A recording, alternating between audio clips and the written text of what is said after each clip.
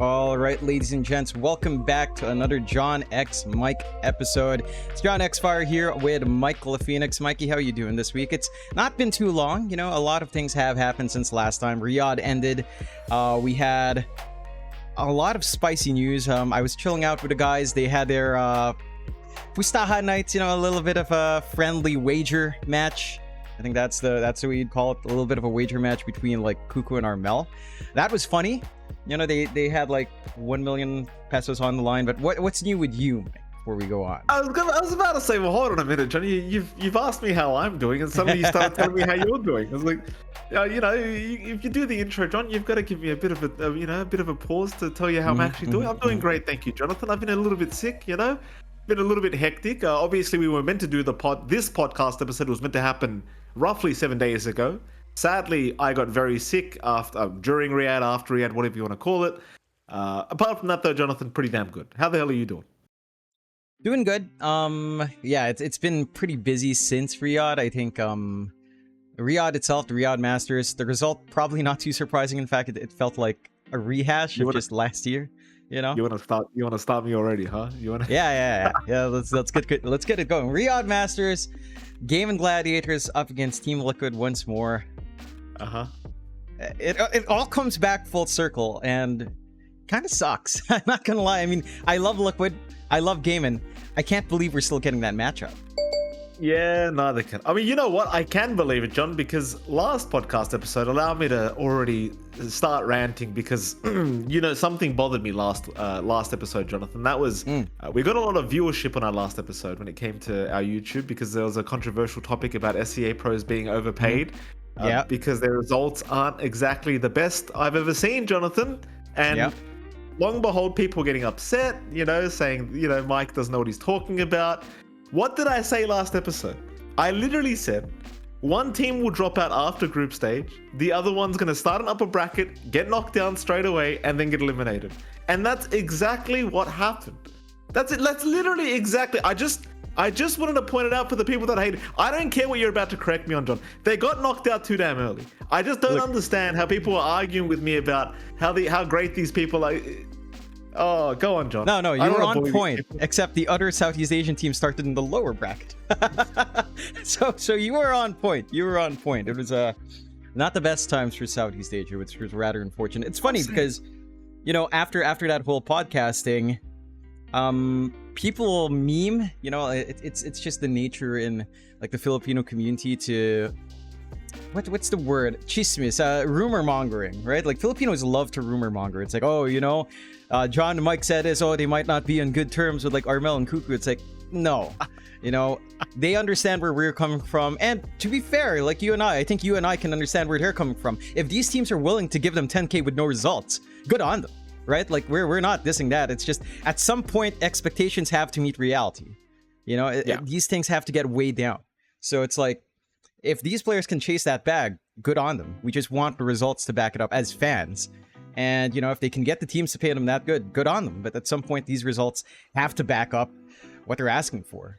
You know, of course that's it. Player first. I'm a player first guy, John. I'm not an organization first guy. I'm a player first guy. But like, it's just what you said. There's no results. I literally predicted. In fact, you're right. I didn't even predict it exactly, Jonathan, because it was even worse than what I predicted. So I gave them too much credit, you know, before the tournament even started. So I don't want to hear any of the haters saying that I was wrong, because I you know, Jonathan, I got to say it, I'm really wrong when it comes to this stuff. And here we are. Here we are once again. Another crappy result for our region. You know, props to Liquid and Gaming. I mean, I don't even want to, like, how many more times can we make fun of Liquid coming second? John, it looks like my camera's frozen for whatever reason, but it doesn't matter. It doesn't matter. How many times can we make fun of this poor team coming second? You know, it is what it is. They lost to Gaming again. Props to Gaming. Congratulations.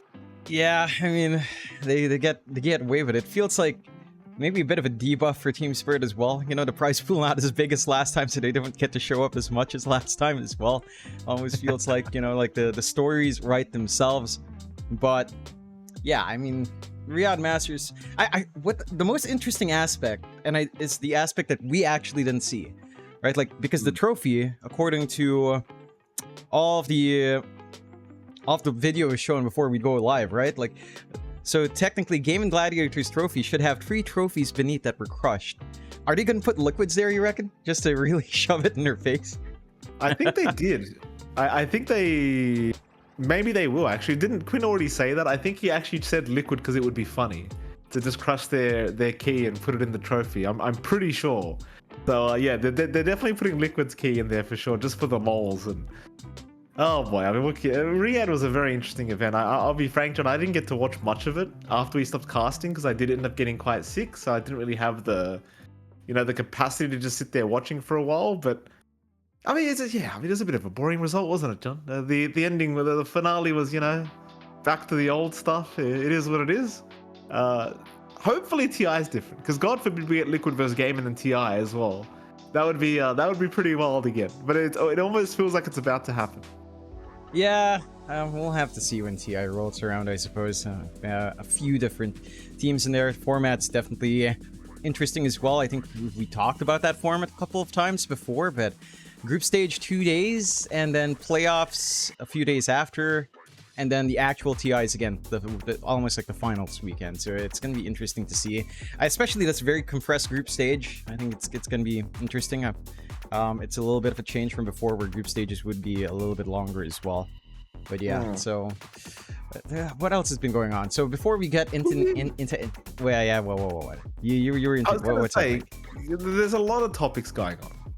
I know you have... Yeah, before digging into the deep stuff, Mike, into the weeds, we can talk about the fun stuff first. So there was a very recent wager match, right, between Armel and Kuku, right? That was fun. It was not quite the Tagalog versus Bisaya matchup, but I was hanging out with Gabby. It was so funny because, again, they got like some big viewers to back them in setting up these wagers.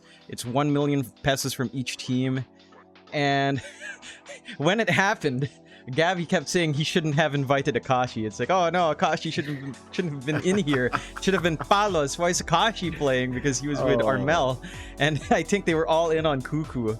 So that was pretty funny. But yeah, like the boys at the very least, those guys, they're finding some ways to make content for themselves, and it's pretty interesting stuff when when they get into that.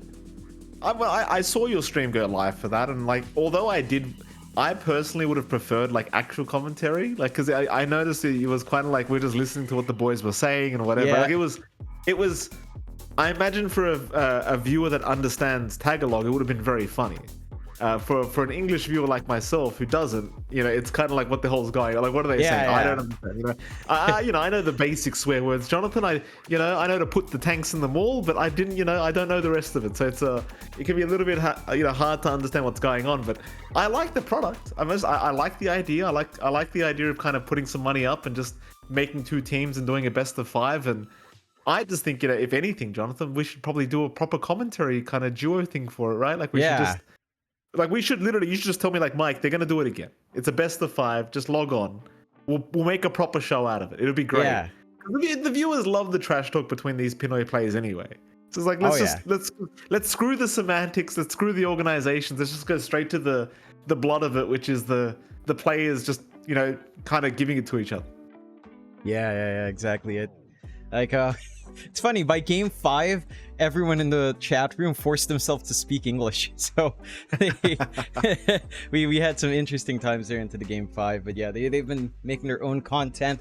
One comment has been saying 1 TI player and 9 washed players. That was the matchup for Akashi. So that's definitely one of the things going on. But yeah, that's one more lighthearted things to happen. There were some pokes and prods, it's been, they're like, oh, John, why are you dissing us for our salary? I'm like, hey, come on, guys. If you guys can get it, good. Just get some wins as well, man. Why are you losing?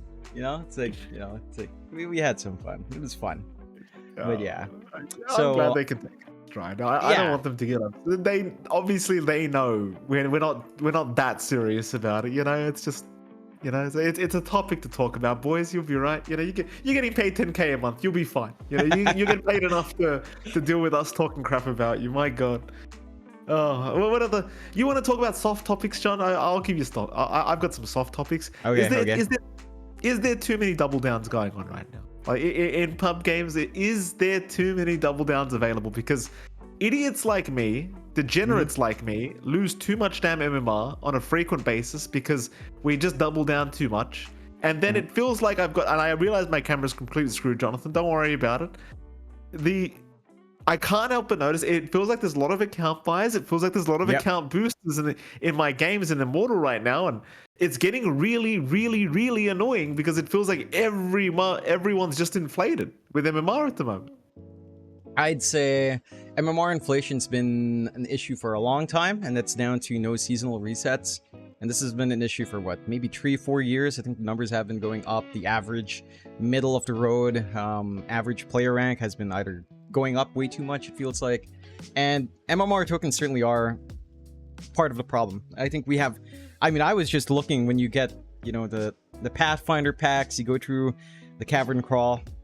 It's a lot. Like, I was surprised how many I had in my inventory. I'm like, gosh, darn, that's a lot of double down tokens. And it's a little bit too much, I think. The rapid acceleration up is a problem. And for a good player that just gets unlucky, the rapid deceleration down can also be a huge problem. So it kind of goes both ways.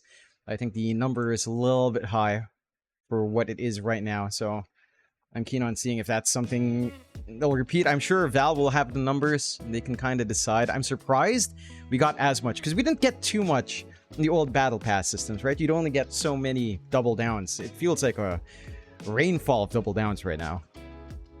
Things like someone just mentioned it in chat, Xenonblood. He said, you know, like, you get 10 coins and then you get another 20 double downs, which I literally just did, by the way, John. I literally logged onto the game and literally just took it for free, because why wouldn't I, John? I love doubling down. I'm a gambler's son, but is it too much? Like, every game I feel like I'm just playing with account buys. Every damn game. It's unbelievable. You just can't play a normal game of Dota right now because it just feels like everyone's way too inflated. And then you look on the higher side, it's like, all right, well, now all the pros are hitting 14k now. It's only going to be like a week away till we've got our first 15k player. You know, maybe 2 months away from being our first 20k player, and then what? Like, MMR just means nothing anymore because it's like, well, these 20k players now. You know, it's like, what are you going to do? It feels like Valve, at the very least, have to force calibration again. And when I mean force, I mean don't put a button there that says you can reset. I mean force it. Yeah, I think a fresh start is necessary, and we'll see if that's something they consider, because that's something the community's been saying for a long time. Mike Phoenix, it's something I think a lot of people have wanted, but we just never get. Yeah. Shout out to the boys in the chat as well. Capitalist is here, B Cop's here. Shout out to him. He just messaged me the other day, Jonathan. He was a bit upset because his he made a tweet advertising he was going to cast this Chinese tournament, but my reply to his previous tweet got more engagement than his announcement tweet did. So. You're welcome, B Cop. Enjoy the engagement, sir. You gave me a very good laugh this morning. Thank you for that. What was it? A classic B Cop tweet reply that I saw, Mikey? Was that the one? Yeah, it was. It was. Good on you. The worst part was, I was gonna write him a full meme as a reply to that chat, that comment he made, and I was like, well, no, I'm not gonna do that because, you know, it might have been a little bit inappropriate. You know, maybe one for the, you know, just in private with the boys, but it was, you know, it was a good time. Shout out to them. Anyway, speaking of casters, now that they're here, I'm sure they're here for the exact topic you're about to talk about. So go on, Jonathan. Now the pressure's really on. Now you've got the big dogs watching. Capitalist, B-Cop, open your ears, my boys. Jonathan's got something to say. Jonathan, you've got some problems with these gentlemen. Is that correct? What's the problem?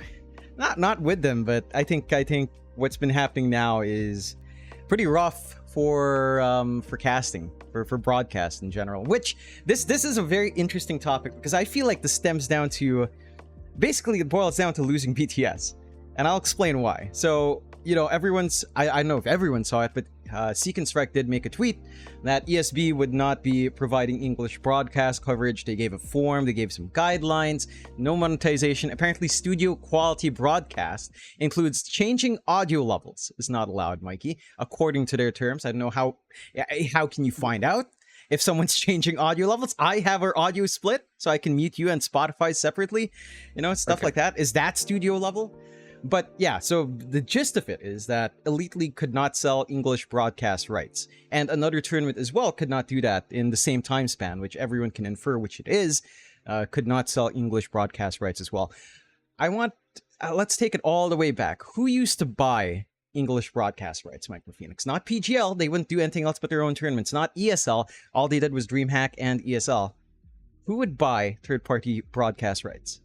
I'm guessing, is it BTS? It was always BTS. It was always BTS, right? They would do DPL CDA in English. They would do a whole bunch of third-party tournaments on their own broadcast. And without them gone, I don't know who would buy broadcast rights, because it doesn't make sense for a lot of the TOs to do English production for a tournament that isn't their product. That's not their sponsors. That's not any of their obligations. They have to pay for the broadcast rights. It doesn't make financial sense for them. And so that's one thing as to why I don't think English broadcast rights are going to be bought out anytime soon. But, and maybe my understanding is wrong, but that's what I can see from like where I'm standing. And I think the notion that you can run an $800,000 tournament and not have a broadcast which is universal is also pretty rough, isn't it? Like it's an $800,000 tournament. You could argue, sure, it's being held in Lima. The main sponsor is like from Eastern Europe, so the primary language for their target audience and sponsorships aren't in English. But any English fan then doesn't have like the same kind of stuff that you'd find in a tournament. All right. So, all right. First of all, let me say, obviously, to the casters in the chat, B Cop Capitalist, we're joking. You know, you're not about to get picked on. Don't worry. You can relax. Sort of, you know, because they might have heard some of my rants in the past. And they might have thought, oh no, MLP's about to start talking absolute garbage. I'm just joking. Anyway, here's how I think about this Elite League stuff. First of all, A100K tournament, like you said, I think I'm going to be pretty upfront. I think it's pretty sad that you can't find proper English coverage and pay casters to offer a product to the Western audience. I just think that's, I don't know, it's a bit weird. You know, it's what are you meant to do? There you go. They have 9 sponsors apparently as well. I don't know. I think it's a little bit sad. I think relying on community casters is, you know, it feels kind of pathetic when you've got 800K as a prize pool. At the same time, and I know there was some controversy between some casters and other casters. There was conversations happening about this topic. I don't think it's necessarily bad for anyone to go ahead and community cast it, as long as they can find a way to monetize it. Because I think if you're doing it for the sake of just doing it for free, you know, it just looks kind of stupid. Because it's like Dota's too old to be fighting for exposure now, right? Yeah. So it's like, if you as an established caster can't monetize it, it just, to me, that's a little bit sad. Because it's like, well, what are you actually doing? Now, if you're a new caster, like if you're MLP and John 6 years ago, who were getting DMCA'd by ESL for covering a tournament that wasn't on Twitch, you know, I don't blame you. Because you're a new caster, you need the exposure. So by all means, go and work for free. Because I'd do it right now. If I was a new caster, John, I would log on to Twitch right now and do Elite League. I promise you, like without a doubt, whether they're paying me or not. But I don't know. I think on Elite League's part, or ESB or whatever they're called, I think it's kind of sad that they don't actually have coverage for the Western audience. And for the casters that already have big names, I hope they're finding a way to monetize it. Or not even just the casters, the streamers, right? Yeah. You need some money off it at the very least. Because if you don't make money off it, then everyone's just getting screwed. Like there's no Western audience, there's no viewership for the Western audience, there's no casters getting paid, nothing's happening. There's just a big TO that's throwing a prize pool out there of 800K with no, I don't know, nothing for it's weird. And then on top of that, let me make it even more dramatic, John. On top of that, I believe you're not allowed to run ads. Am I correct? So ESB made their announcement right after, and these are the community casters. I specifically applied because I could not find a way to reach out. Our contacting ESB last time gave me one reply and then just never stayed in contact. So I was like, all right, I have to have a proper ask about whether or not you'd at least allow Twitch ads or if you'd allow external monetization. But there are issues with that as well. Like, I think for big streamers, they're always going to make money off of it, you know, because they have the viewership. You go up to 10K, Twitch ads pays out pretty well. You get a bunch of big fans who sub every time as well. So there is money there for, like, the streamers, sure. I think for for smaller, like for smaller followers, like say you and I, which is like a medium following, I guess, you need viewership numbers and you need Twitch ads because you're not going to get that many subs from random viewers. So you need the Twitch ads, and I don't know if the Twitch ads are part of their non-monetization clause, which they do have very specifically. And that's the one thing with ESB as well. In this specific circumstance for Elite League, they don't want it monetized, nor do they want it to be broadcast quality. Studio level, again, adjusting audio levels is counted as studio level broadcast quality. So look, there are a couple of things, there are a couple of ways where I'm with you in that this is actually something you can do to monetize. I think there are two things that has to be met. You have to at least give 1 month heads up that you will not have English broadcast. Have your applications open for that. So there's at least a 1 month lead time where you can actually approach these sponsorships. Because quite frankly, when they announced it, there was like 4 days, maybe less, maybe 3 days. What sponsorship will sign on and say, hey, all right, you got these broadcast rights as a community caster. We're willing to sponsor you, even in a theoretical where Elite League would allow that. 3 days is not enough time for you to settle the paperwork, figure out what KPIs the sponsor wants, what he wants shown, what he's expecting. Is it a titled sponsorship? Do they just want their logo? Do they want, like, say, for a betting sponsor, do they want odds from their site there? Do they want a shout out every like 15 minutes? These are very specific things that sponsorships will want to hammer in, and 3 days is not enough for that. I think if you aren't gonna run an English broadcast, you have to let it be known way earlier, so someone else could try to make it work. All right, let me, I was being quite, I don't know if people noticed, I was keeping my voice lowered and I wasn't being too, over the top because my baby was asleep next door. Turns out she's woken up. So now I can actually kind of talk normally, John. Yeah, listen, I agree with you. I think this is my problem with what ESB's doing, right? I'm going to take one for the team and just say it outright. I don't think you can, I don't understand why you're hosting a tournament and then making it hard for community streamers to make money off it. Like, if you're not going to provide the product, you're either telling the Western audience, we don't care about you, don't watch our product.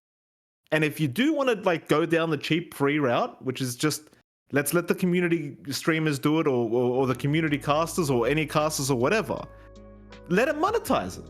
Why are we not, what's the problem with that? I don't understand. What is the issue with it? Why are we putting stupid rules in when they're doing you a favor? They're doing you a favor. They're bringing eyes to you. I just don't get it. Why are we doing that? Why? Like, in that event, like, you're just saying, we don't care about your viewers. Like, we just don't care.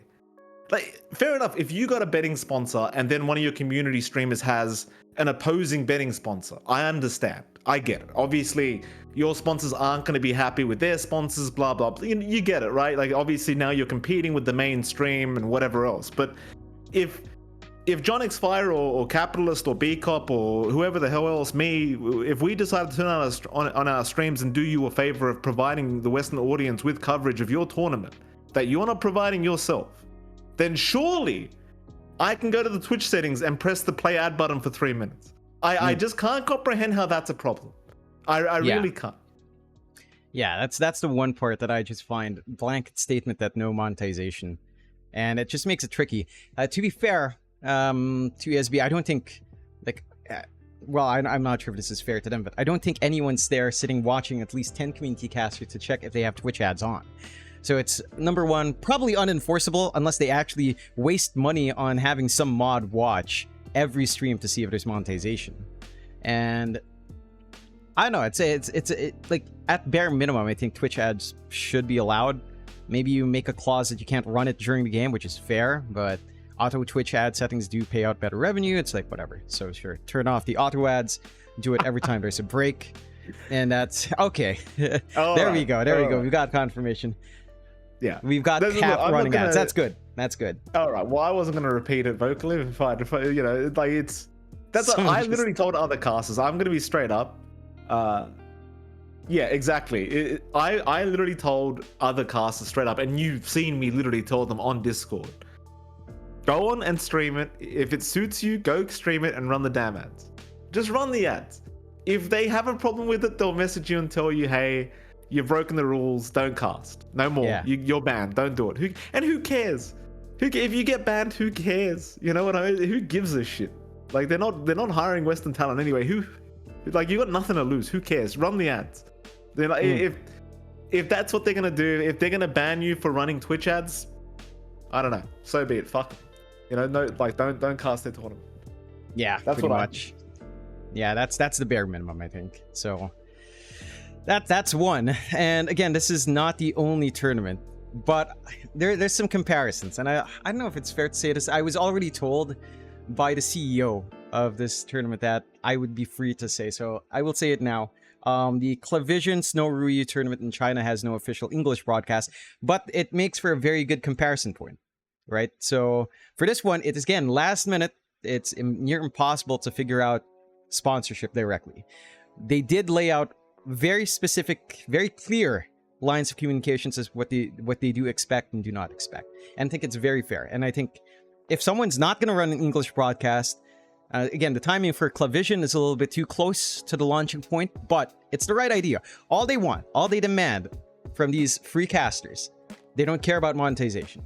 They don't care about anything like that. They just, don't be inappropriate, of course. And the only thing that they include in their clause for monetization is no data API calls. So, no partnership. Buy yourself to something like Base, if you could even get that, or another betting site. Just no data pull. And I think that's very, very fair, because that is where the majority of these TOs is. From our experience in BTS, right? You and I used to do Pro Series. Every time there's one dude in there from like Base or something, some third-party tournament that does take these live stats, sells them to websites. And that's a very big money source for these tournaments. So I think that's a very fair clause. Otherwise, they don't care if you run ads. They don't care if you have a sponsor. And it's very interesting, because I think that's the approach. If you are not gonna have an English cast whatsoever, it's like if you're not gonna pay anyone, at least let them do something with this to try to make it work on a good quality. I agree, John. I agree. I don't really have anything else to add to it. I mean, I feel like if I talk any more about this, I'm just gonna start getting toxic. It's just weird. It's a weird. I feel like it's just somebody's just overworked themselves. They've just they've just done things that they shouldn't. Like, they didn't need to do. Nobody needed to put these rules in. Just it could have been as simple as, if you want to cast it, cast it. If you don't want to cast it, don't cast it. Nobody cares. It should have been as simple as that. It's not, but it should have been. It is what it is. Anyway, is there anything else you wanted to say about that topic, Jonathan? Apparently you're listed to cast it, John. Are you casting the Elite League? Because I saw a tweet saying you're casting. I don't know if I will. I really just signed up to ask, and it's a very saturated market. I think I'll let it slide. I'll let the boys have it. I am looking forward to the Chinese one, the Clavision Snow Ruyi. I think it's rather unfortunate for Elite League, to be fair to them. They did lose a lot of teams in that tournament. A lot of teams didn't participate in open qualifiers or closed qualifiers because they were going to Snow Ruyi. So I'm looking forward to Snow Ruyi a little bit more. I don't know if I will do ESB. I think the timings are a little bit tight because the Chinese tournament's in like 2 days, and ESB's timing is like Peru time. It's like somewhat late for us, so it's a harder time zone to keep track of overall. Right. So I'm not sure. Again, I applied just to get a contact. I was not informed I'd have my face on a tweet. I'm like, all right, fine, sure, go ahead. I guess that's consent. Yeah, it's something. Anyway, I guess we'll move on, Jonathan. Another spicy topic. There's a lot to talk about. Arteezy has officially now announced that he is taking a break. Now, you and I, we heard the rumors in the back. We kind of had an idea this was coming. We couldn't. Last podcast episode, we kind of went over it, but we didn't because it wasn't really announced yet. But Arteezy's he's taking a break, right? So he said in his tweet he's gonna, just sit back from SR. Doesn't know what he's doing in that respect, but he's arguably just gonna take an extended break, and then maybe head to EU to make a comeback. Because he doesn't feel like he can improve in NA. I know there's a lot of players and coaches from NA that have gone to Europe that regularly tell him that he should come to Europe. I think even I was watching the Arteezy stream once, and I believe Blitz was there during the Riyadh Masters, kind of talking about how he should just come to Europe because it's just you're kind of just wasting your time at this point in North America when it comes to Dota 2. What do you think about all this, John? I mean, where do you even want to start? Like, how do you feel about Arteezy officially now announcing he's taking a break? I saw his tweet, and I feel like it was actually a really big step up for him to admit to certain things that I think maybe some fans, hardcore fans, would have recognized in the back. He didn't mention that he wasn't the most focused. You know, he kind of felt demotivated. He kind of lost track of himself in the last few months. And I think it's a very big thing to come out and say, look, I've not been my best. I haven't been feeling it. I think that's big props to him for finding to see that and to step back. Maybe, you know, he had to ride out the season. So this is the best time to do it, right around TI season when the next season will reset.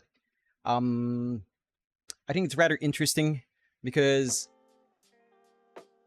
I would want to see this Europe move for Artur reignite the passion. Because for me, when I look at Arteezy, it almost reminds me of a few things, right? Like, it reminds me of, again, this is, some Filipino fans will take this as a diss, but it reminds me of like Blacklist last year, right? Like where you had all these top tier players, like Carl and T1 for a while when Yopaj was rising, right? Where it felt like he is one of the best, Carl, right? On mid especially. And it just looked like he was maybe getting tired of it, maybe losing some of that fire. So I'd want that fire reignited. I think we're seeing that in some for Filipino pros again, you know? Like, again, I go back to, I think the one example for me right now has been Abat when he returned, right? In those qualifier runs, he did not look like the same player he was like 4 years ago. I saw Armel playing mid in that wager match. He looked bloody amazing. You know, it looked like that fire is back for some of these players. And I want that same thing for Artur because, you know, I want to see the guy win. I want to see the guy win a TI. I think he's a great guy. He's a great guy to talk to. You know, he's a great guy overall. And I think he is one of the players I think everyone wants to root for a win. And it looked like the fire was kind of out for a while. So hopefully this break helps. But I can completely agree with you on that point as well, because you and I, we've had the pleasure of, I wouldn't say meeting Arteezy, because we don't talk much, because we're shy. At least I'm a shy boy, Jonathan. I don't like introducing myself very much. But we've seen Arteezy quite a lot, and you know, different lands. I must admit, I've looked into the guy's eyes a little bit, and you know, he just looked tired. Yeah, he just looked really, really tired.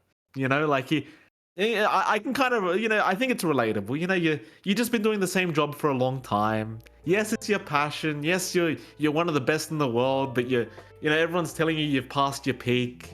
You're washed up. You know, everyone's memeing about you. You can't get any teams to work. You're seeing all your friends winning a tournament here and there. You know, Crit leaves, and Falcons. He's part of the best team in the world. You know, he's 1/5 of the best team in the world, and you know, some would argue even more than 1/5, you know, with the way he plays sometimes. It's just, it must be hard on the poor guy to have this dream of just winning TI. Money's not a problem. Fame's not a problem. He's got a beautiful woman as a partner. Like, there's no problems. There's no problems for the poor guy. He just can't win, which is the only thing he probably wants. It's a shitty place to be in. The only thing the guy wants is to win a tournament. And in fairness, it is the hardest tournament of the year. We're talking TI, but you get me, Jonathan. Even just another LAN, you just bring him back just for one first place. But it just doesn't happen. It just hasn't been happening, and I'm glad he's taking a break because he needs a break. I get it. You know, we get it. I just hope he comes back. I hope he goes to Europe because I agree with the sentiment that NA is not the best place if you want to improve. And he himself said he thinks he needs improvement, which I don't think anyone's necessarily going to agree with if he himself is saying it. So I'm glad he's taking a break, John. I hope it's not too long, maybe a few months, you know, maybe half a year, but I hope he comes back. Yeah, hopefully so. I mean, he's enjoying it. You know, he's had some Elden Ring streams. I haven't been able to watch because of yours, but I've just been enjoying the thought of him playing through. I think it took him how many attempts to kill either Radon or another boss, and so it's really interesting to see. And hopefully again he gets reignited because everyone wants to see him win. I think on your topic though, kind of switching gears here. Like, so that does mean Shopify has a new roster, somewhat. The Saberlight's back in, and Pakaz is in as well. You do get to keep Scam and Yopaj. How do you feel about that? Like, Scam and Yopaj staying in Shopify for the time being? I think for Shopify, it's a smart choice. Because I think that duo is very underrated. But, like, when you look at the roster, I don't know if it's gonna work. Quite frankly, like it seems like a new roster that could be really explosive. Yeah. It really does. It really does. But I don't know. Like, I hate to say this, John, because I like the bloke, but is the drafting gonna change or not?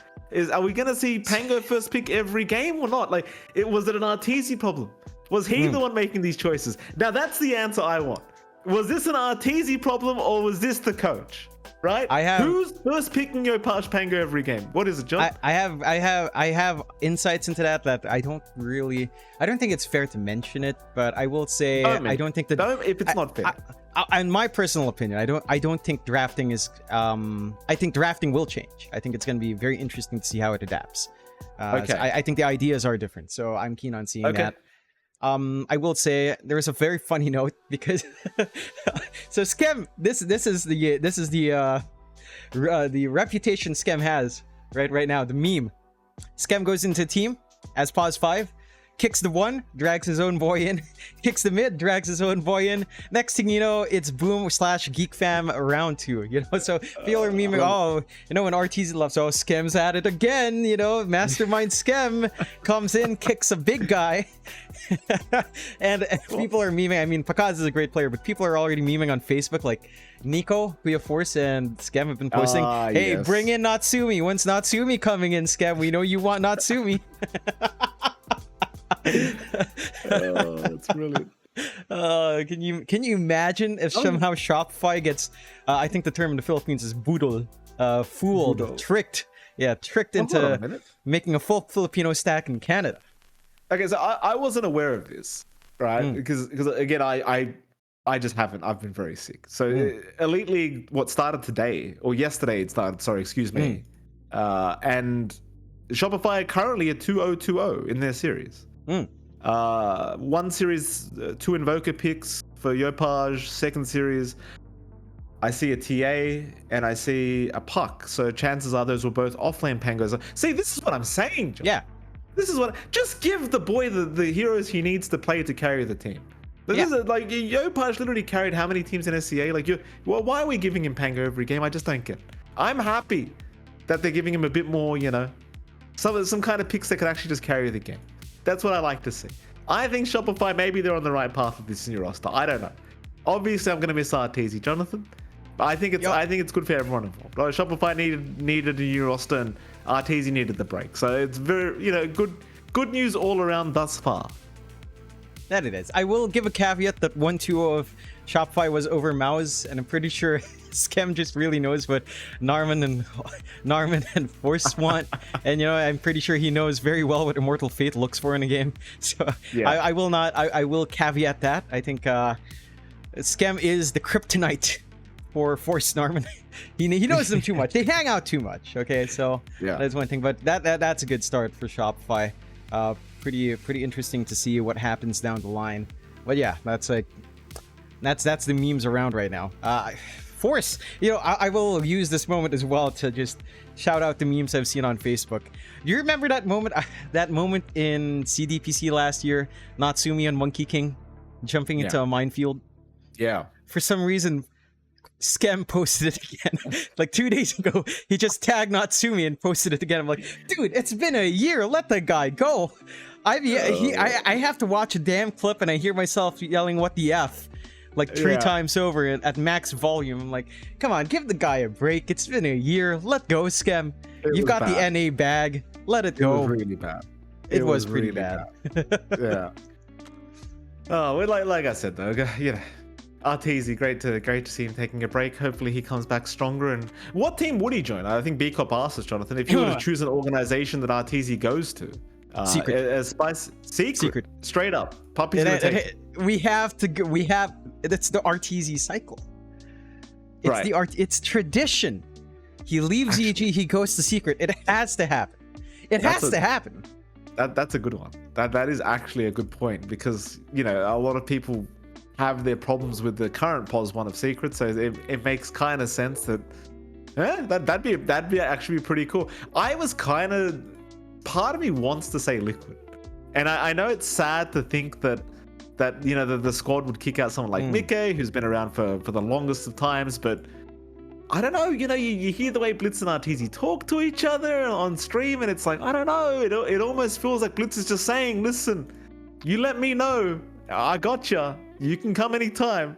That's honestly what it sounds like to me, it's just, I don't know. I'd love to see it too. That'd be a very, very cool roster for him to be a part of. I mean, not to undermine any kind of achievements from anyone from Liquid, because obviously, again, all the players are fantastic, but it would be a very interesting kind of switch up. It would be. I still think the cycle must continue. But Arteezy must go back to Secret. It is as it is written. He is our Muad'Dib. This is the prophecy. He must go back to Secret now. Puppy must take him. It must happen. And then we must get S4 and Kuro into Secret again. We must run it back. Put Arteezy on mid. Bring Eternal Envy back. He's been posting about going back to school. Screw that. Come back and play Eternal Envy. I thought for a second. Yeah, you just brought that up. It just rung a bell. What is going on with that man? Because I don't know. Bit of context. I enjoy trading as well a little bit, right? So I know the memes around. I know the Wall Street bet memes and all that crap. But like, is Envy broke or not? I mean, I'm not sure. He's posting saying he's losing 50k in one trade. I'm like, Envy, what are you doing? What are you doing, Envy? See, so the first time he tweeted, that he's giving up on day trading, he went on the Reddit thread on our Dota 2 and said, "I'm just memeing, guys." It's like, okay. And then he goes on to post more stuff on Twitter. I'm like, is he memeing? Is he actually? Because it's Eternal Envy. I can never tell when Jackie Mao is like memeing hard or actually going through shit. Like, I don't know.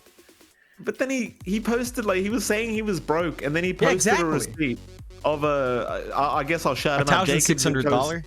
Jacobs and Co Steakhouse on 12 Brant Street, Toronto, Ontario, which is not a very popular city right now for a multitude of reasons. But he paid $840 for a Hokkaido 20-ounce ribeye, which sounds delicious, by the way. Envy, glad you were able to afford that Hokkaido ribeye on while you're broke.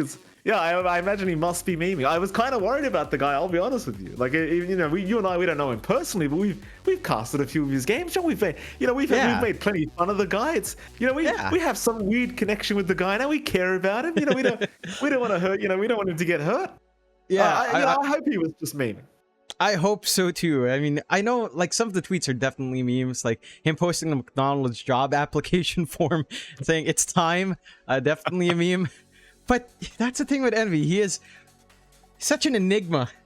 It's like his plays. You don't know. It's like his plays. Yeah. You don't know if this is genius or outright he doesn't know what he's doing.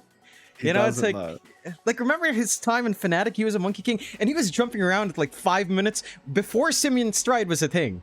If he was playing now, Envy would be a god. He'd be up in the tree sniping people early on. He was just 6 years early, Mike. Envy was a revolutionary. He was just way, way, way too early, that guy. It's just nobody understood the technology he was trying to provide us with. It's like trying to introduce the internet to someone in the 1800s. It's like, what do you mean the internet? Electricity, what are you talking about? That's what Envy was doing. He was trying to educate the boys, but nobody was really paying attention. Anyway, good to hear. It probably is just memeing, Jonathan. That's good news. What else have you got to talk about? So give it to me. What else has happened?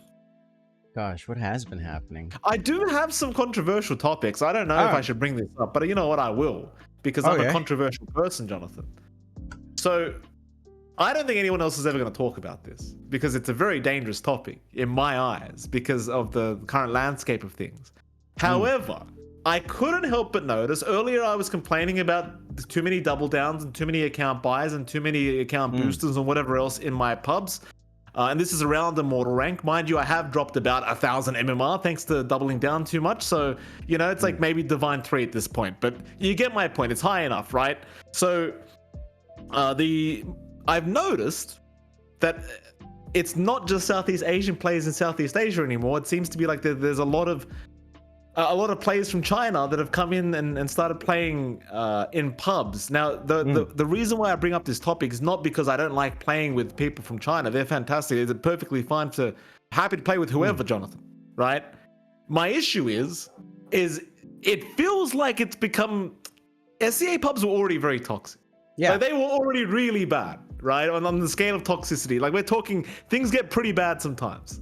But now it feels like every other game is, I'm seeing war references, I'm seeing racism references, I'm seeing, you know, I guess I don't want to say any countries' names, but I'm seeing a lot of references, right? What do you think about that? Like, have you encountered it a lot, Jonathan? Do you have any It's thoughts? not new. Because I know it's not new, but it's gotten to a point now where every single game, it feels like it's getting a little bit out of control with the things that are being said.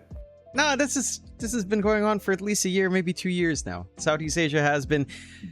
It boils down to the fact that the Chinese server is kind of dead in matchmaking at all levels. You know, like let's face it. Again, this is going back to what we used to talk about. But Dota 2 is not a growing esport. It's stagnant in terms of player base, if not shrinking by slight amounts. I think it's you get a different rotation of old players coming back in.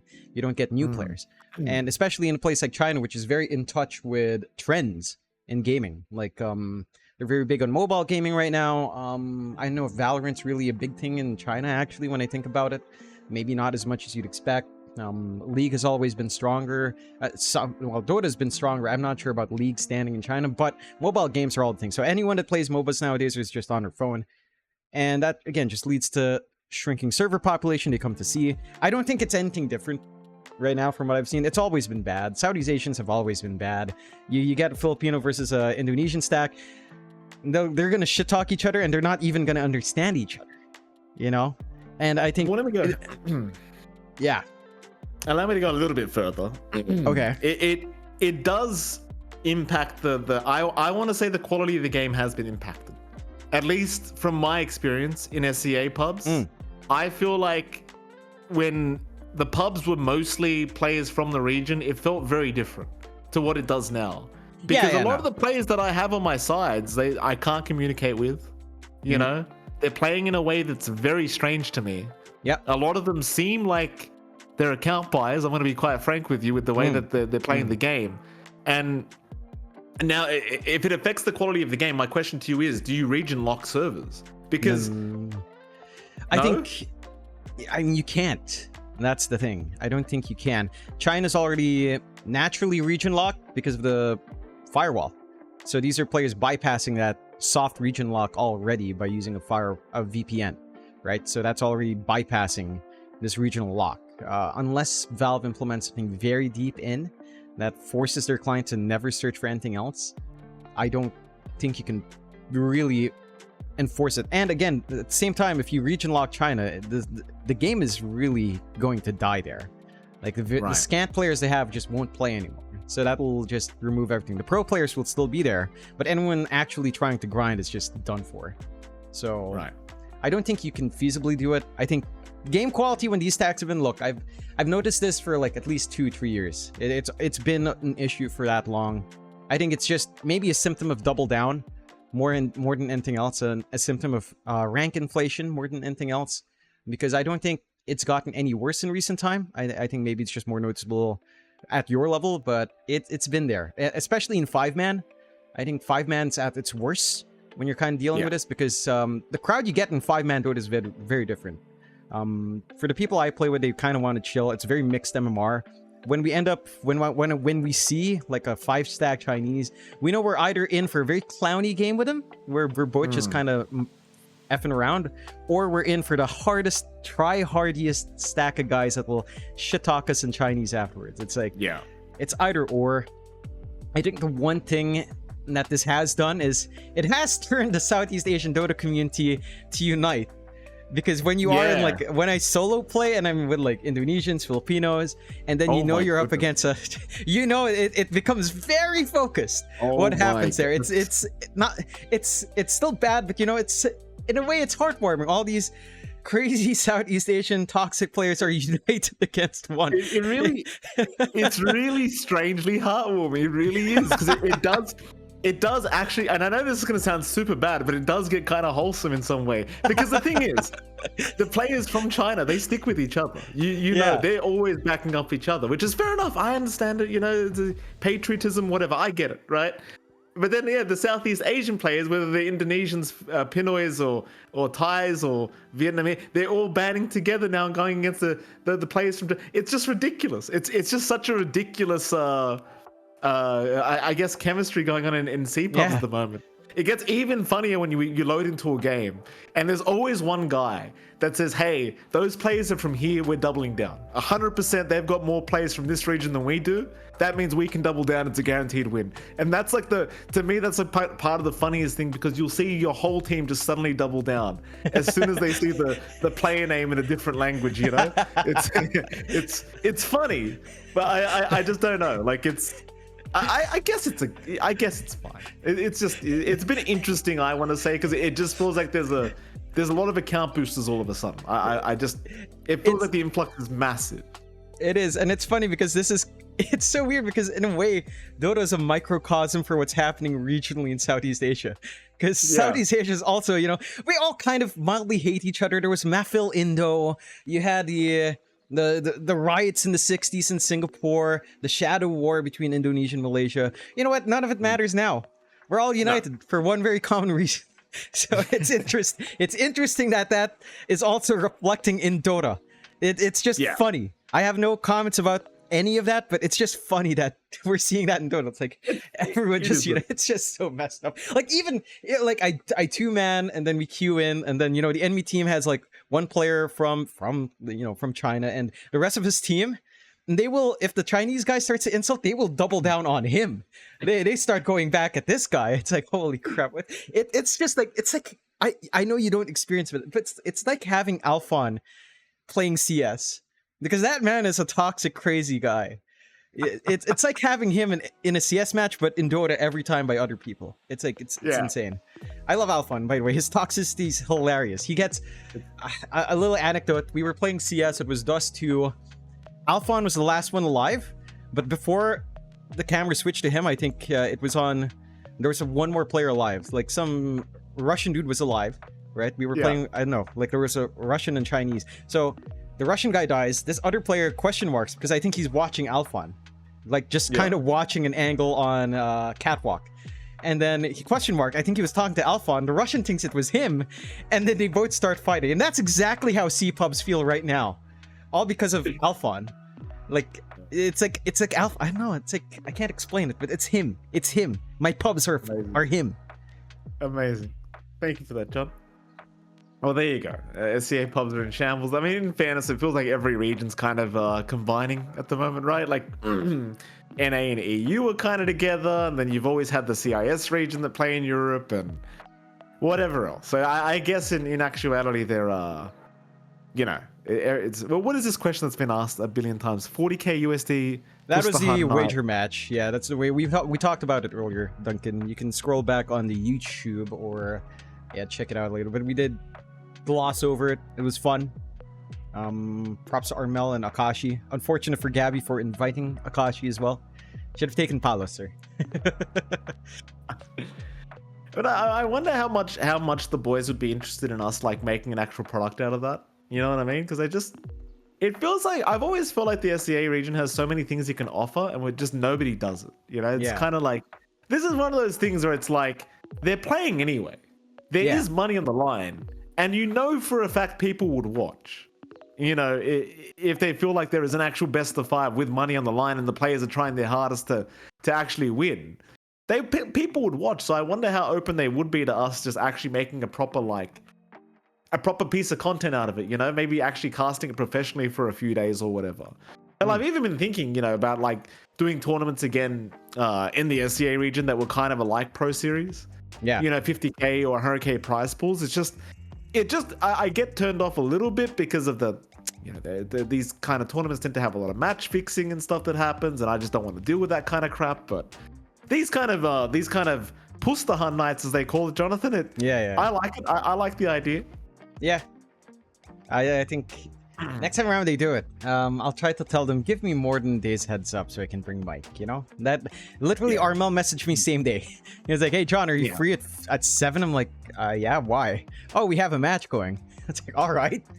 It depends how comfortable they are. Like because like someone just kind of posted Gabby made 16k viewers from that night, and it's like, okay, well, how willing are they to, leak some viewers to us? Yeah, because it's like that will inevitably happen, right? If there's a professional cast, some people are going to prefer to watch the pro cast over what the pro players are saying, and then you've got the opposite. So it's no, I think the best arrangement's that we cast together, and then Gabby they could watch our cast, because it's not an official broadcast of a tournament. They're perfectly fine just taking our stream. Of course. Like I think that's the best way to work. You can watch the boys talking shit. If you want the professional one, you can head to us, but still watch us. If you watch both. If we could get a feed, right? Like if we could be in like a channel with the boys and we could hear both sides, and we just mute them, but when we want to like hear what they're having to say, it's kind of like an ESL thing or a they kind of check in to see what's being said. We could kind of do that. That is possible. There's a lot of downtime in casts, and that's how you and I are pretty famous for being able to talk absolute rubbish for hours on end. But like in actuality, at some point we do get kind of sick of talking rubbish on end for hours. So it's like, if you could just tune in and be like, yeah, what Kuku just messed up and fed first blood, what did he say? It'd be kind of nice to go back and listen in, and just you can translate directly because they're Filipinos, and I think there's a product there to be had. Almost. It does feel like people would tune in if it was made, like the production was good enough, which I'm going to be frank with you, John, I haven't done production in a long time, but seeing the production from some of these organizations, I'm pretty sure I could just do a better job. So it is what it is. I can say that with absolute confidence too, because I've done it for years on end. So it's one man with his PC, I'm pretty sure I can make it look better than most tournaments are right now. Remotely anyway. I feel like I'm, not to humble brag, I feel like I've already done a much better job than some of the product out there. This stream deck that you gave me really helps out in that. But yeah, it would be fun. Next time, I'll contact Boss Armel. We'll get on it. We'll have something happening. I'm sure everyone's unemployed until the international ends, so they have a lot of time for content, Mikey. They have a lot of time. We should have something. We should have something for sure. Excellent. I do intend on trying to get some more content out. It feels like things are a little bit quiet in the SCA region. Things have been a little bit quiet, haven't they? There's not quite as much excitement, and I guess the teams haven't been performing that well, so nobody's really talking about the region that much. I want to go back to the good times where people were actually like, oh, look at this SCA team. They might do something this tournament. So they're actually kind of scary. It was people kind of like to meme about it, but you remember when Yatoro said, made that meme where he was asking who Boom Esports were? That was his acknowledgement. He's saying, you're worthy of me trash talking you now. Obviously, he knows who they are. I'm going to start trash talking you because it's fun, because you're actually worthy of, like, I'm not just bullying you. But now it just feels like it's not work, it's just... Yeah, now it's just punching down, almost. Yeah. It's a bit rough. Who knows, maybe TI is better, but I guess we'll see. I do miss that time. Yeah. Honestly, I feel like Talon being there is already a lot better. I like this new squad. I agree. I like this new squad a lot. I feel like they've got like good energy, like they want to win. It's even Parlay Dai, he just looks like he doesn't mess around, that man. He looks like a chill guy, but he looks like that kind of guy that doesn't like to see imperfection, which I can appreciate.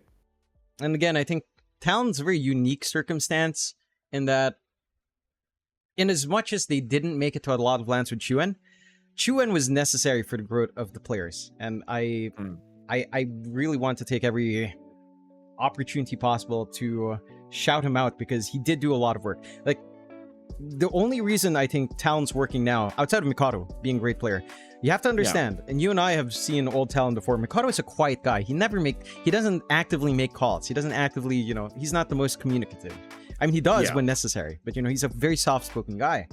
I think what brought out this talkativeness on Talon's roster was Chuan, and that bled over onto Akashi and Ponyo, I believe, right? So they've kind of taken up that role with Chuan gone, and I think it would not have happened if Chuan wasn't there. So I think in all of its ups and downs for Old Talon, Chuan was always like a very good pickup. But I'm keen on seeing what they do. Again, like how they fare in TI. A lot of your players are still unproven. WS just turned 19 like a few months ago after qualifying. Akashi, this is like his second LAN. If you not counting like IESF and stuff like that, and Acer Predator. Like this is his second big LAN, so it's like it's a lot of firsts there. Oh, I want to say as well, like, you know, and someone just Shun Chun said it in chat, but I think Akashi's got that he's got that energy for me. Like it's kind of like that Yopaj energy, where it's like you know this kid's gonna be good. You know, like he just needs a bit of time, but you know it's coming. Like there's gonna be a year or two where it's like, I had the same thing about 23 Savage back when he was still new and we were casting Genus Bros, and you know, there's players where you can feel like there's a lot of potential and they're gonna do really well at some point. They just need to stay on the right path and don't get into dumb stuff. You know, you always joke about Akashi getting involved with the other, you know, with the TNC boys, and you know, not picking up any habits. You know, I sure hope he remains innocent. You know, don't go to the casinos, Akashi. Akashi, stay home. Be a good boy. Nah, he's a good boy. I think we've had a talk. Actually, he's fairly close to Kuku. Apparently, we were having that conversation. Christ. No, but as a mentorship thing. Again, it's not like an old thing. I think it's a very recent thing, and I think that's it's a good sign, because I've noticed this with Kuku as well, right? Like a lot of the players have matured. I think even to an extent, Gabby has managed to, you know, there's always more room, but even Gabby's kind of matured in a way that he can take jokes better. He's a little bit more after getting nailed a little bit. He's a little bit more understanding of where the line is, and there's been a growth process for a lot of Filipino boys. I think actually, I was again in the wager match. The way Akashi was playing looked even better than when he played in TI qualifiers, which was kind of nuts to me. Like he was hyper aggressive. He was playing like a Marcy with Io. Sure, it's Marcy Io, but the way he pushed it to the limits was just kind of insane. So I'm looking forward. And again, WS is just a monster. That kid is an actual bloody monster. And I hope he doesn't leave. I hope none of these players... I feel like they're good, but you want them to stew for at least one more year, and then, you know, if it doesn't work, okay. I think you want them to stew. You know, you want that cooking process. It takes time to really cook something good. I think that's the difference between players like that try to secure the bag early versus players like ATF, for example, where they have confidence in themselves to actually be able to win TI or win Riad one day. Like they don't care about, I'm gonna earn 20k a month and you know, live the lavish lifestyle. Like it's like ATF knows, I want to join the best team and win. That's what he wants. He doesn't. I guarantee you, ATF probably doesn't even want the salary. If you said, hey, I've got this great team, just come play. Let's just go win. I guarantee he'd probably join the team and just win. You know, that's what I'm hoping for with this new blood that Talon appears to have picked up. You know, WS, Akashi, the rest of the boys. You know, just don't chase the bag. Chase a good roster is what you want. Yeah. You know, because your value only goes up. It's like when Toronto Tokyo left Spirit. It's like, okay, I see what he's doing. I see that he wants to be competitive. But your value was with being in the good roster rather than like trying to be the main character. It's okay to not be the main character. You know, I if we're gonna use that example, I want to say Yatoro was the main character. It's cool being the Sasuke to his Naruto. If you catch my drift, Jonathan. Yeah. Who's Yatoro again? I only know this guy called Radon. I'm not sure who Yatoro is. Actually, I think he got kicked. For this Radon kid, he seems pretty good. I don't know who you're talking about, but you know, I guess you want a TI. But this Radon kid, you know, Radon kid's crazy, dude. He's crazy. It's crazy. God, these name changes. It just reminds me of again that time when all of Polaris changed. Like you had Boomy turn into Xavius, CML turned into Mavis, Nico turned into Force, Mac turned into Lelouch, and Natsumi stayed as Natsumi because he's a nerd.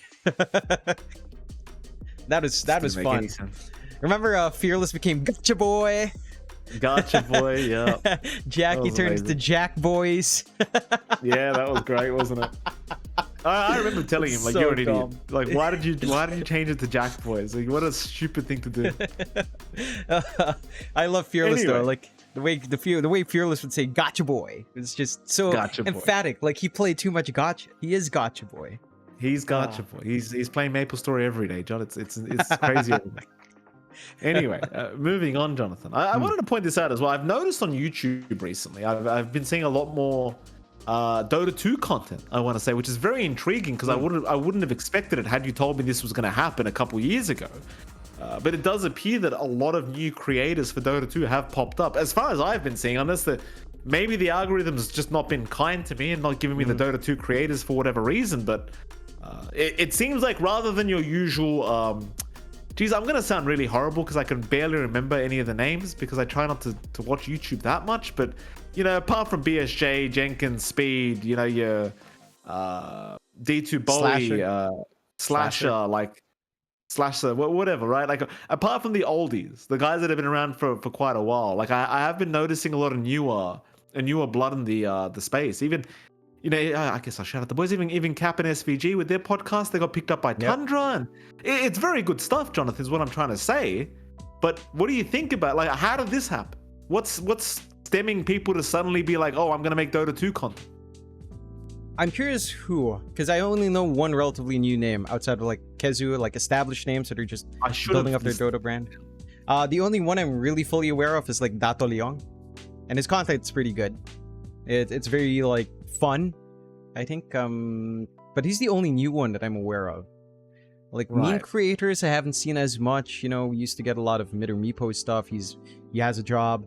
Mike Mavo has a job now as well. They've gone pro in like creating content, so they're not focused as much on their own.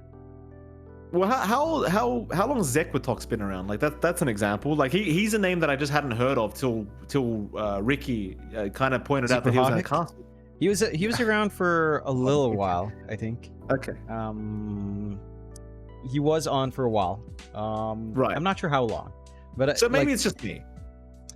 Yeah, I think it's been good in that we at least have some new content creators. Again, like Dato Leong is the big one in Southeast Asia, is relatively new.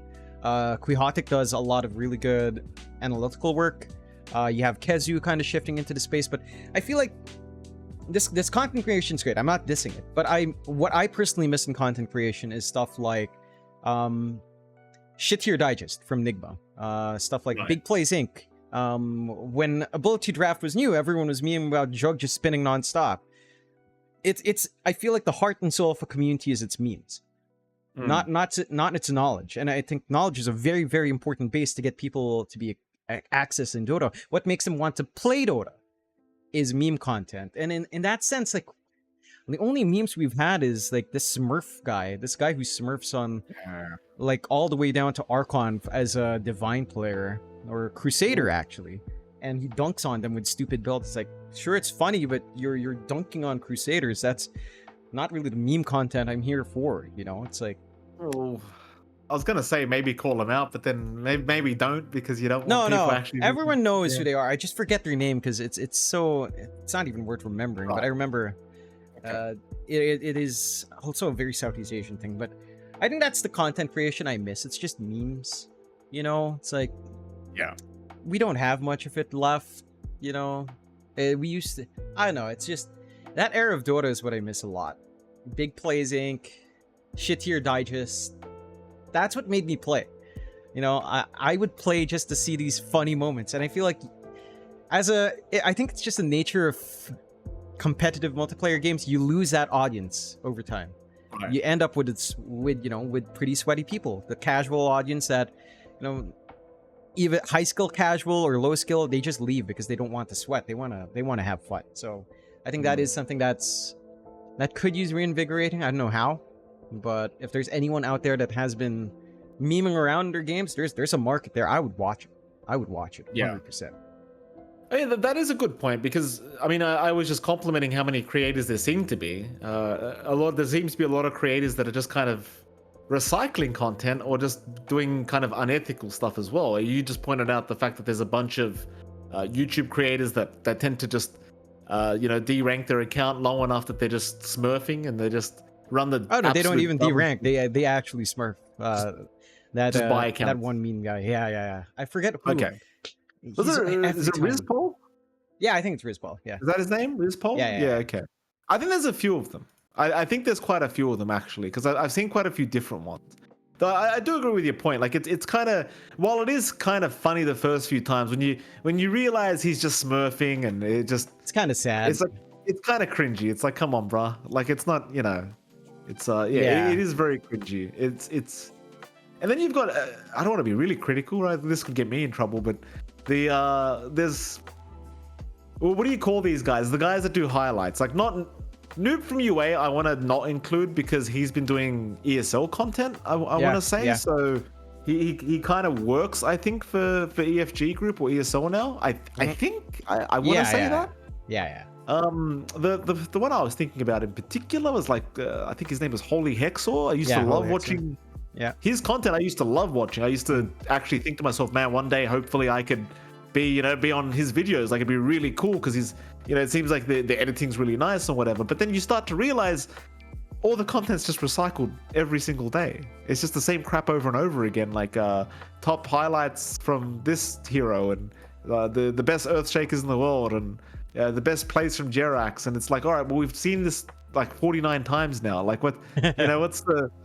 Like, surely Jerax hasn't made any more plays since he retired, Like, I just don't know. Like, what do you think about that? Like, it feels like there's a lot of recycled rubbish on some of the channels. Yeah, there is. And I mean, I can't honestly blame the content creators as well, quite frankly.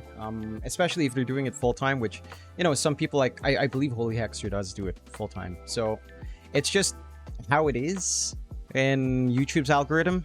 Especially if you have a high following, it's one way to build up, quantity over quality, and it's not a great look. But I can't fault them at the same time. I don't personally like it. I just kind of ignore everything like that. I look maybe for a couple of tournament highlights, but I don't really look for like, oh, top plays from this. It's like it's just gonna be stuff I saw before. Yeah, it's like it is a problem, but it's like it's a YouTube problem. It might just be a world problem, quite frankly, John, because it feels like everyone's just spamming out content for the sake of spamming them out, aren't they? Like, it's, geez, I don't want to take this outside of the context of Dota 2, but I couldn't help but notice my wife watches these families on Instagram and TikTok and all that crap, and I just, every time I overhear it, I just think that's the weirdest, like, saddest thing I could imagine doing to my family. Like, I'm gonna pull out a camera and I'm going to follow them around and show the world what my kids are doing and what my wife's doing. And we're going to act as if we're all this one happy family. But in reality, most of them it's all fake. And a lot there's a lot of abuse that happens in the background and stuff. And it's just, maybe it is just the way the world works now. It's just we're in this kind of system where it's just, you just got to keep pumping crap out. And it's just, it gets worse. It just gets stinkier and stinkier. But we just keep eating it. Like, we're just, this is great. We love content. We love our slop.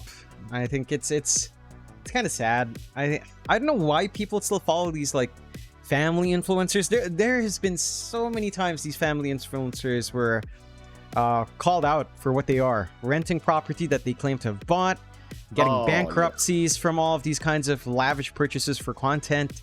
It's just dumb. It's just so dumb. I know. On that topic, I'm going to bring up a topic that I don't think you want to talk about, but I'm going to talk about because the topic hasn't stopped, right? And I feel very passionate about this, especially considering I have a kid, right? Yeah. So someone you and I both really enjoyed the content of was the Dr. Disrespect, who got called out for being, for messaging a minor, which obviously, absolutely disgusting stuff. There's no two ways about that. So, fuck him and fuck his content, because pedophilia is, like, in my opinion, the most disgusting possible thing you can ever do, because the victim is a fucking kid, right? Yeah. So it's pretty disgusting stuff, no matter who you are and how big of a fan you are. Couldn't help but notice, though, we had the Mr. Beast's friend, Chris, I believe she calls herself. That came out as well. I don't know if you saw that.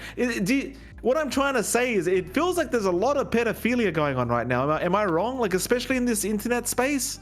Even like, I couldn't help but notice the Drake versus Kendrick beef. There was some pedophilia comments being made. What's going on, John? And apologies if this gives anyone any kind of PTSD or something. Please, do shut off if this is uncomfortable. Completely understand. But is this an internet issue or what? Well, what's going on? I don't know. I legitimately don't know. I feel like, I feel like the internet has become a place where it's much easier to out people like that. It's much more traceable. People are, there's a lot more breadcrumbs to lead you to outing these people. I think there's a lot. I don't know. It's just that it gets more highlighted in the internet, so it feels like there's a lot, I guess. Especially with all of these people being in places of influence, you know, high-ranking, socially high-ranking, very popular people. I think it just gets amplified even more. I don't think there's a pedophilia scare, if that's what you're asking, but there's just a lot that probably would have stayed closeted or hidden away for a long time if not for the internet. So the internet in that way has been positive. It's also been the way they've kind of attacked some, so it's like a very double-edged sword. In that, yes, it's much more traceable to find these people. On the other hand, it's also very easy for them to access people who probably shouldn't be online. Probably should be under a much more strict internet usage in the first place as well.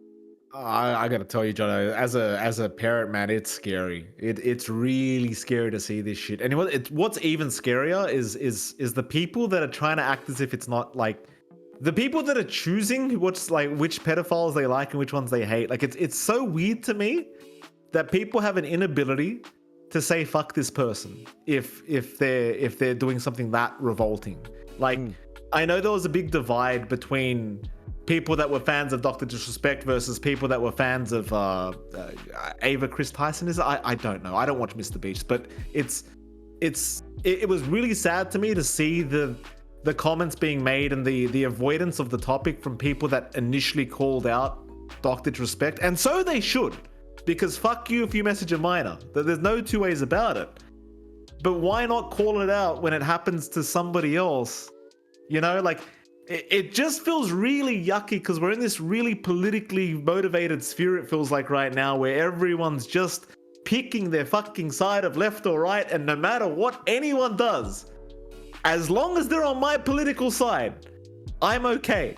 I'm okay with it as long as if I'm on the right, as long as you're on the right. Do whatever the fuck you want. If I'm on the left, as long as you're on the left, do whatever you want. That's what it feels like we're in now, John. And it feels really, really weird. And really weird. Like, just too weird, right? Because it's like, in what world are people choosing one pedophile over another? The only choice is what gun to use when you shoot him. That's it. There's no other choice in the matter. It's just, why are we arguing this? What's the argument? Yeah, I don't know. Like, I feel like this is really not new though. Like, this is something I want to say since 2012. It's been kind of going this direction since 2012, which was wow, 12 years ago now. I know, like, everything's just much more politicized. People make it about politics rather than the actual issue on hand. I don't know. For me, it's like nothing new. I stay out of touch with these kinds of things because I don't like wasting energy on it anymore. Like, I think you and I, when we had our old podcast, what was that? Forgot what it was. Under the Sea. I think I was a lot more charged there, but now I really don't care. I stay it's good you down. don't. Like, I don't really care. I don't know who Ava is. I barely watch Dr. D anymore anyway, and say, all right, fuck that.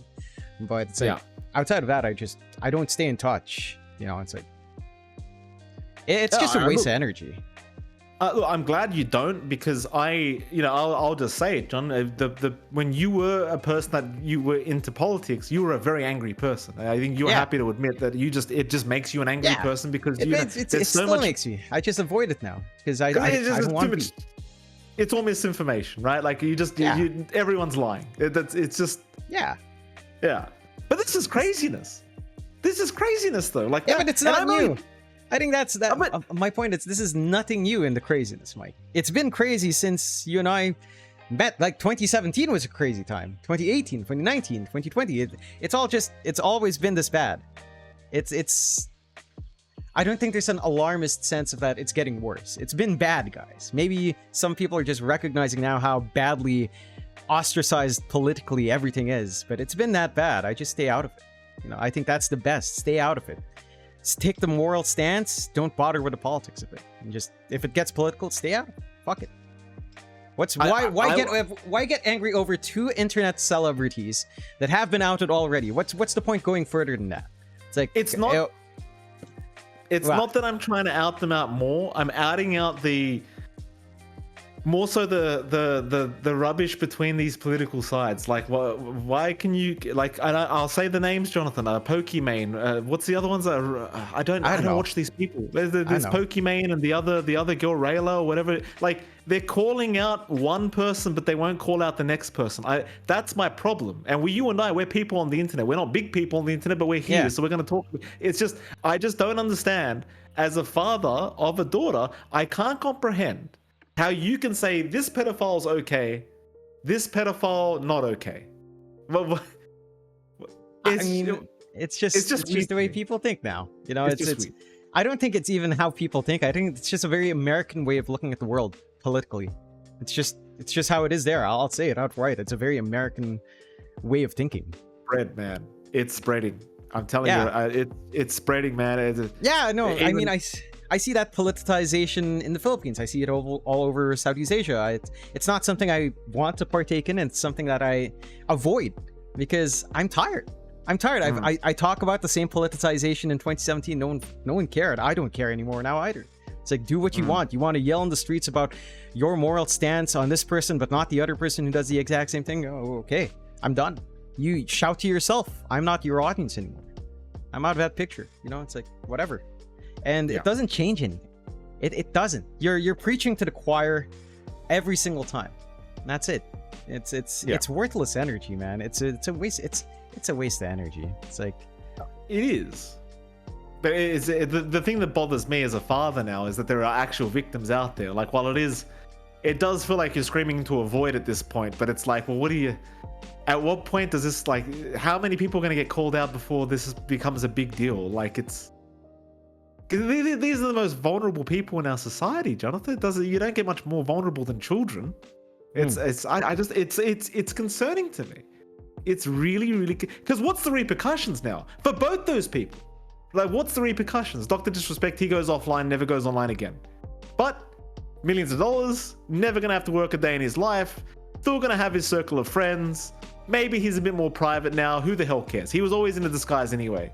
And then the other one, like Ava, it's like is there repercussions?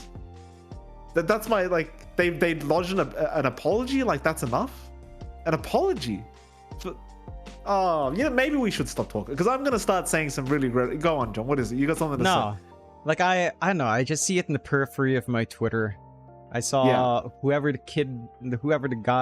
was the initial person he contacted says it's all fault. Look, I don't know. I don't know if there's any legal thing with him, with her. I don't know. I don't know. Okay. All I know is, like, the big issue that seems to be from their stance supporting an artist who has been pretty disturbed. But I see. That seems to be the main issue. I don't keep up with his stuff. It's worthless. Like, it is worthless. It is. It's rage bait. And I think overall, like, you as a parent, I understand where you're coming from having your own kids. I think your concern should be more of, like, I think most parents would have should try to ground that world instead of like a world problem, just ground it into your own periphery. As I get a phone call on my PC. I hate this Windows feature. Why would I get a phone call? I think anyone listening to in the car on this podcast, if there's anyone out there, you've just thought your phone rang. But I think it's important to just ground that into yourself. You know, it's like, you know, this highlights the importance, I think, of the right age to have the internet, of supervision on the internet. I think that's something that the past two generations has had it pretty bad. I think we were one of the generations where our internet use, because you had to pay a scratch card every time you turn on the dial-up, it was much more monitored until we were like in our mid-teens, right? And I think you lack that sort of supervision because kids are just being fed their tablets from age 5. They're being thrown there on YouTube Kids, which YouTube Kids has its own issues. It has some weird-ass content that's labeled for kids on YouTube Kids. Like, parents have to be a little bit more proactive to prevent these kinds of circumstances. They shouldn't be on social media. Like, kids should not... Twitter's sign-up rules are like 13, I think. You shouldn't even be on that. You shouldn't be on Facebook. Your kids, especially, this is a very big prevalent issue in the Philippines. Parents make social media accounts for the kids, which is fine. Oh. It's fine. I think they should not give the kid any actual social media until they're like at least 15. At that point, they're at least maybe a little smart enough to figure out something's iffy, you know? They should not be, we should not have a perpetually online generation raised by Twitter, YouTube Kids, and Facebook from age 5. That's just not healthy. Well, why do these parents make it for their kids? Like, I don't understand. Is this like they make it to post kid pictures, you know, baby pictures, toddler pics, that's it. Yeah. No. So the kid's not gonna want the social media anyway after. Isn't that smart? Like, imagine they become teens and like, oh, here's your Facebook. They'll just never use it. That's a good point, actually. That is actually a thing. Maybe I'll make my daughter one right now. Hell yeah, you should. Post all Al's pictures. Act like Al. Me taking my first steps. That's the cringiest part to me. But it's so cringe that the kid will never want to touch that damn cursed page ever. Ever. Are they? You know what? I complain about the kids on the internet, but I suppose the thing is, like, if I was to let my kid play Dota, it's like, what am I exposing her to at a young age? Oh, you're exposing her to some real degenerate stuff, Michael Phoenix. You would be exposing her to some real degenerate stuff. I don't know if it'd measure up to Australian insults anyhow, so you might be fine. I think Australians, they have a higher tolerance for that kind of stuff, Mike. Yeah. I wonder, because like you and I, we've seen the progress of the internet over the years. You know, we're both 90s kids, so it's like, you know, you talked about the old school dial-up and the scratch cards and whatever else you used to get. I just wonder where it's all going now. Like, because it just feels like the internet's becoming more and more less, like, it's becoming less and less appealing as time goes on. It feels like to me. Like, what is it? Go on. Finish. I was going to say, my time on the internet feels like it's becoming less enjoyable, and I don't necessarily want to think that that's because I'm just getting older, but I just don't trust anything I see anymore on this internet. Like, it just is this, like, I log onto Twitter, right, or X, right, and I go start scrolling through the feed, and I'm just like, is this a bot or not? Because it just seems so, like, I go on Reddit and I read some posts, and it just, some of the things I read I can't believe. There's no way people like think like this. It's got to be like bots, right? I think there's a couple of tools, especially on Twitter. Just mute accounts, especially like news accounts. Yeah, mute accounts. If there's an ad, just mute it, so you don't like it. If there's like this is how I curated my Twitter to just be anime memes and memes in general, and it's been really good. It's been really good. I find a lot of dank stuff and cute pet pictures, you know, stuff like that. That's all I get on Twitter. And Dota. Yeah. That's it. And esports stuff. You have to curate it, because if you let the internet run wild, you'll just get bullshit thrown in your face. You have to prune it, Mike. So someone's called out, like, my cousin gave their child a new cell phone as birthday gift, and he's only 4 years old. I've seen that happen. Yeah.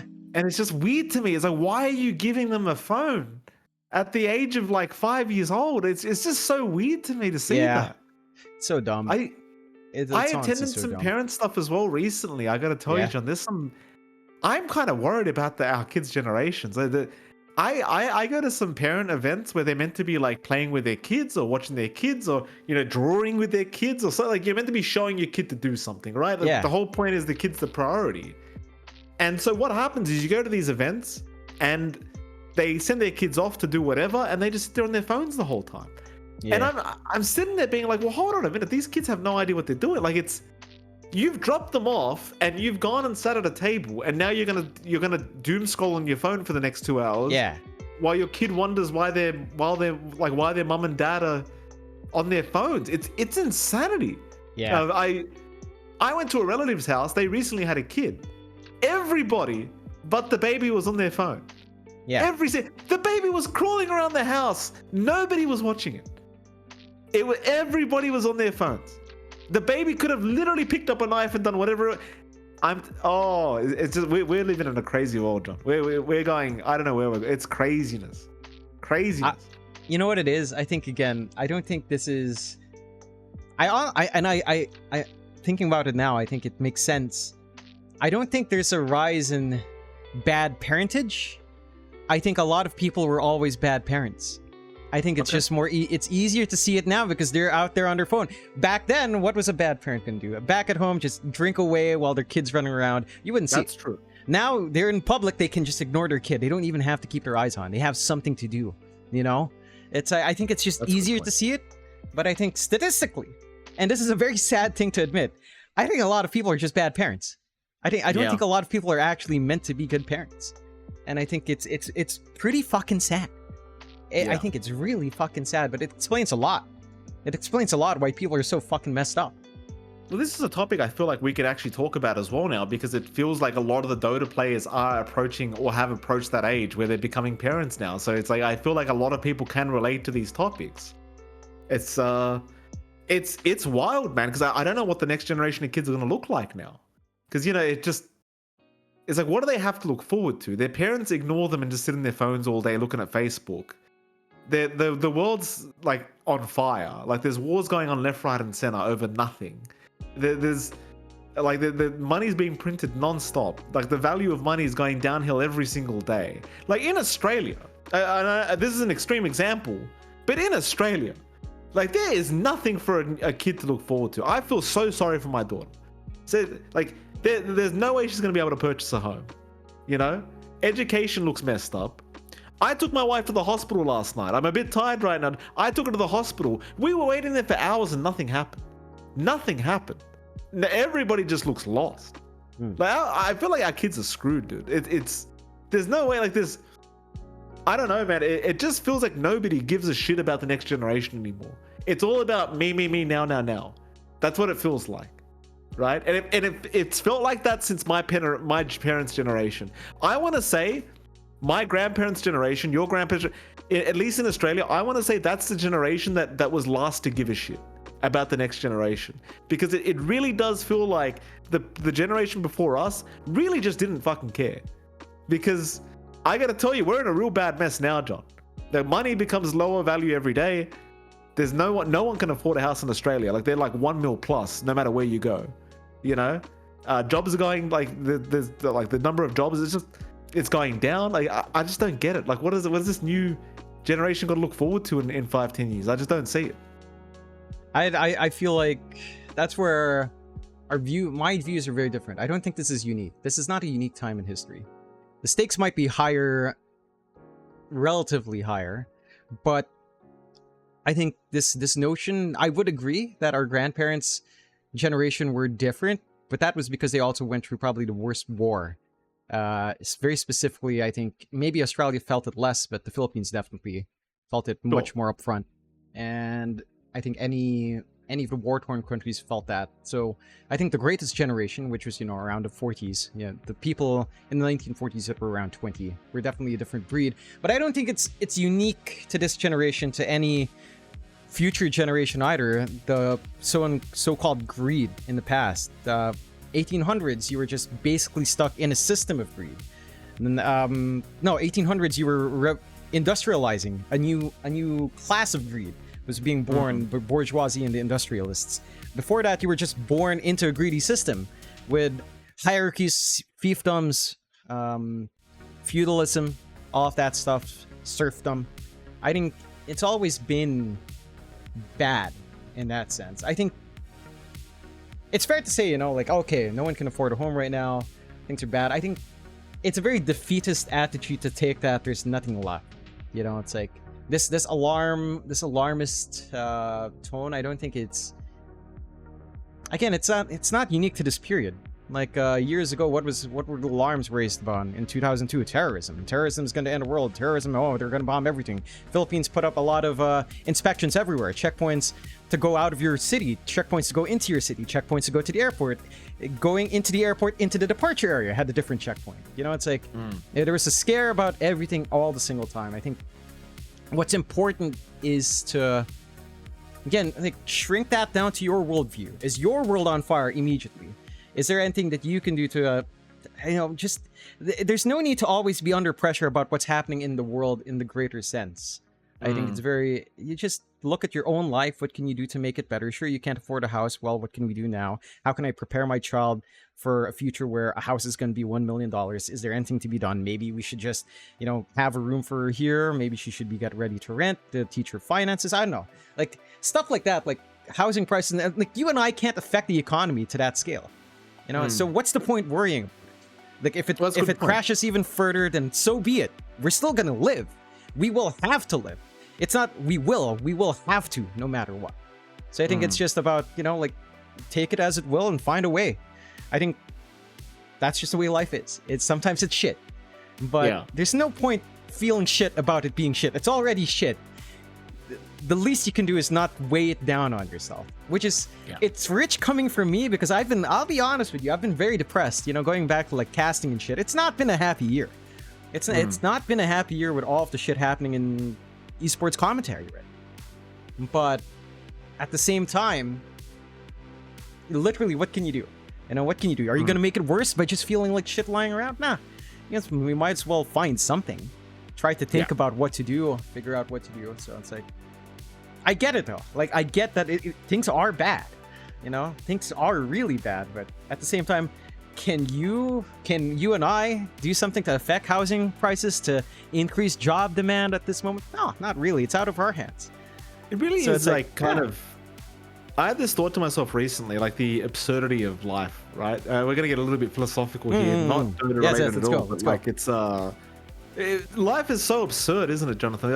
I had this thought when I visited the Philippines. We did our food content. Obviously, it hasn't been posted yet, though, if anyone's wondering. I think soon. Okay, I'll segue to that a bit. We have most of our first week of content planned, like 2 weeks. I'm just wanting one more video, and then I think we can start rolling. So just a heads up. Soon. Yes. Yeah. But anyway, back to your point. We were in the Philippines, We went to the Philippines. The first city I visited was Davao, right? Because I was like, all right, we'll start with Davao, and we'll go to Cebu, and we'll go to Manila straight after, right? And I couldn't help but notice. You know me. I would argue, if you, I'm not going to go into it, but you would say Mike's had a very interesting life, right? Yeah. Like a lot of interesting things happen to me regularly, right? Like a lot of things that you would say are pretty insane, like just life events, family events, whatever, right? And then I came to the Philippines and I walked into your home, and it really did humble me very, very quickly, because I was like, how absurd is life that John gets born here, I get born in Australia, right? So John's third world country, I'm first world country, and it's like, I'm complaining that all these horrible things happen in my family, and mother tried to kill herself, dad's an addicted gambler, whatever, right? Like it just keeps going, right? And then I walk into your room, right? And it's just the amount of space you have is so small, right? It's like I was like, how could I be upset anymore when I'm seeing that this guy literally can't roll his chair backwards because his bed will get in the way? Like you literally can't. There's no space. You've got like half a meter of space behind you, if anything. I was like, how am I going to be mad? And then it dawned on me as well, and I said this to you in your house. I'm like, where's the air conditioning? And you're like, oh, we don't use it. The air conditioning never gets turned on. And it's like 90% humidity outside or some shit. And I'm like, so you're telling me that you sleep in this humidity in like 40-degree weather, And it's like, you just have the fan on, and it's just, if the fan's good enough, it's good enough. And if it's not, fuck you, you learn to deal with it. Enjoy, enjoy the humidity. It's like, what an absurd, like how absurd. And that's not even as bad as it gets. Because right now across the world, there's kids that are in war-torn Palestine right now. They're just like, they're in some crazy fucking, world right now that we could never even imagine. And it's like, how absurd is everything? Like what? Like, it makes you think, what's the point of anything, right? Because it's like, what's the point? Like, it's like, all right, you and I, we had this ambition to be the best casters in Dota 2. Does it really fucking matter? It just doesn't, does it? It just doesn't matter, Because there's, like I said, there's some poor kid in the Middle East somewhere that's just trying to hide from fucking bombs being dropped on his head. Like, it's just, and then like, even if I succeed in my ambition, it's like, so if John's living in a position like that, what are other Filipinos living in? Like, what are poorer Filipinos than John living in? And then I saw it when I went there, and I was like, holy shit, this is insanity. I saw a dude, to just give you guys an idea of what I saw, a dude in the middle of fucking Manila, or was it Cebu, one of the two, and they, like, their house, they had a little stall, and by stall I mean it was like a meter by a meter. And above it, there was a little staircase. I don't even know how he fit up the staircase. But there's a little staircase and there's a bed, right? And I could see rain dripping into his bed. And I'm just like, this is so fucked up. Like, this guy, this is his store, and that's his livelihood upstairs. And it's like a couple of planks of wood stopping him from getting completely drenched by rain. Like, what an absurd, like, how absurd is life? Like, to think that, like, like just by luck you're born in a position that you can prosper. Yeah. And if you got unlucky, which is a very high likelihood when you consider the numbers in particular countries, like you just shit out of luck. Yeah. It's crazy.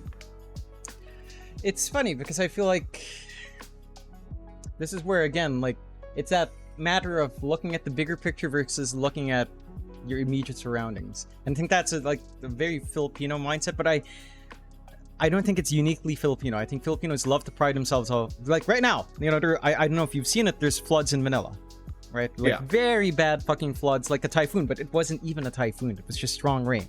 So, you know, it's pretty bad. People are doing, you know, freestyle swimming through the floods. People posted pictures in DLSU. Anyway, it's a disaster. I don't know if people have died. Hopefully not. Certainly people displaced. No power, no internet for a few days. But the overall vibe, and again, this is like, I think, very culturally Filipino, but not uniquely Filipino. Certainly very associated with Filipino culture, is we joke about. You know, it's like, all right, it's flooding. What do? Do you panic? Do you cry about your furniture lost, your electronics broken? No, you go swim. Which I will say, don't swim in a flood. Leptospirosis is real.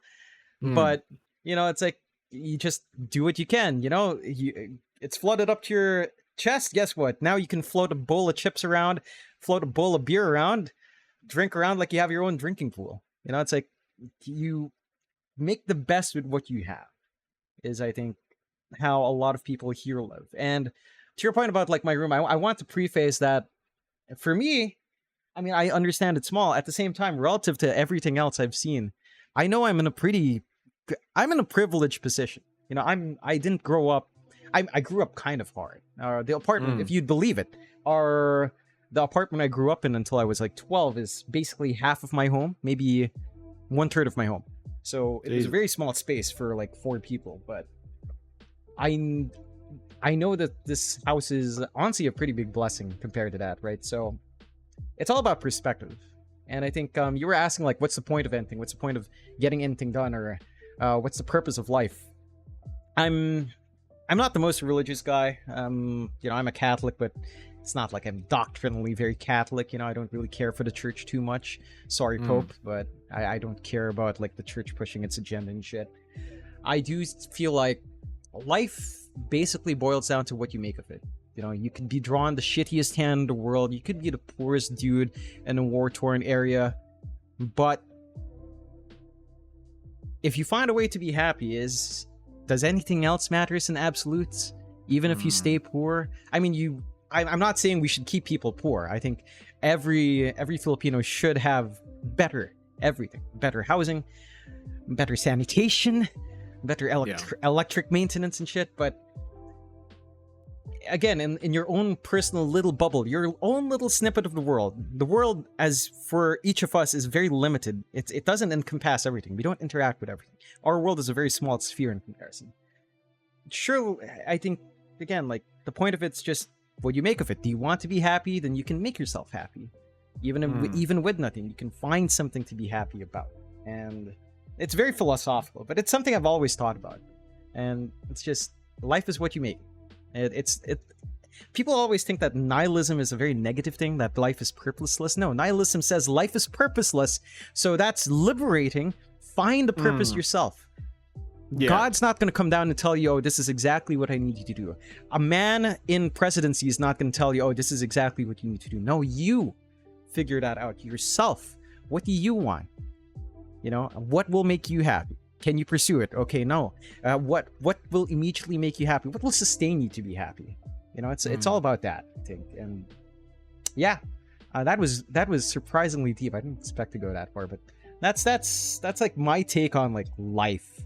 Like, you can, like, Filipinos are really good. I love pointing here because it's so easy, because you see the happiest people on the streets. They have literally nothing. And they make like, they're lucky to make $5, $10 a day. Some people. Yeah. And they're the happiest folk. They're the most welcoming. They'd give you everything. You become a guest in their house, they'll give you all the food you need. They'll give you a room, even if they have to give their own room up. It was very welcoming. The Philippines, I must admit, they are very nice people. You do tend to see that the poorer people tend to be a lot more welcoming than the wealthy. You know, it's that's kind of the way the world works, it seems.